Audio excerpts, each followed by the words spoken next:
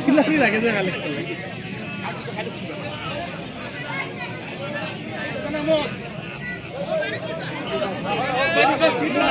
সব জিনিস আছে তুমি লইলা লেট নাই নিনো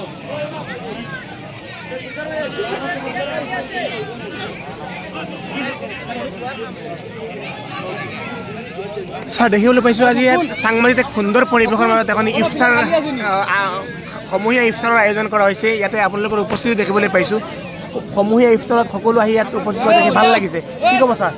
আমাৰ ইয়াতে লোকেল যিটো পঞ্চায়ত কমিটি আছে AIDF তেখেতসকলে কৰ্মীসকলৰ এই ইফতাৰ পাৰ্টি তেওঁলোকৰ যিসকল এৰিয়াত তেখেতৰ ইফতাৰ পাৰ্টি অলপ মাতিছে, আমি আহিছোঁ কম আহিছোঁ আৰু আহিলে বহুত ভাল লাগিছে। আমাৰ আব্দুল হামিদ ডাঙৰীয়া আছে, কি ক'ব? আমাৰতো লোকেল কমিটিয়ে ইফতাৰ পাৰ্টি দিছে, লোকেল কমিটি দিছে, লোকেল আমাৰ পঞ্চায়ত কমিটি আমি আহিছোঁ, ভাল লাগিছে। আমাৰ পঞ্চায়ত লেভেলৰ কৰ্মীকেইজনে আমাক মাতিছে, খুব ভাল লাগিছে। দাদাও আহিছে, ময়ো আহিছোঁ, ডাক্তৰ চাহাবো আহিছে, আমাৰ চব লিডাৰসকল আহিছে, ভাল লাগিছে। ধন্যবাদ।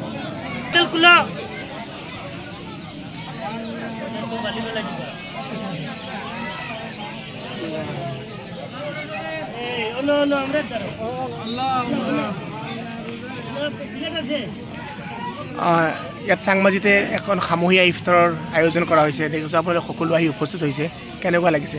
ভাল লাগিছে। আমাৰ এই মানুহবিলাকৰ ইমান উৎসাহ, আমাৰ পাৰ্টিৰ মানুহৰ যে ইমান ওলাই আহিছে একেলগে কৰাৰ কাৰণে বিৰাট ভাল লাগি আছে। আৰু এনেকুৱা এটা আমাৰ একে আনৰ লগত মিলা প্ৰীতি হ'ল আৰু এনেকুৱা আমি চব একেলগে থাকিম বুলি আমি ভাবি এইটোৱে আমাৰ এটা ভাল এটা ইচ্ছা হৈছে। আমাৰ লগতে আছে আমাৰ মোৰাজাৰ বেদনাকানি ব্লক কমিটিৰ সম্পাদক কপিলুদ্দিন ডাঙৰীয়া, কি ক'ব?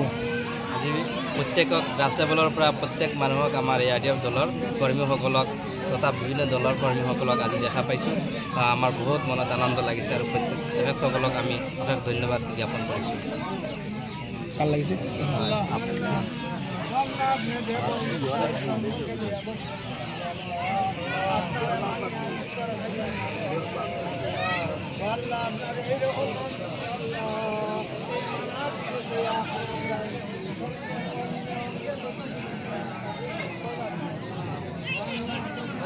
Bye.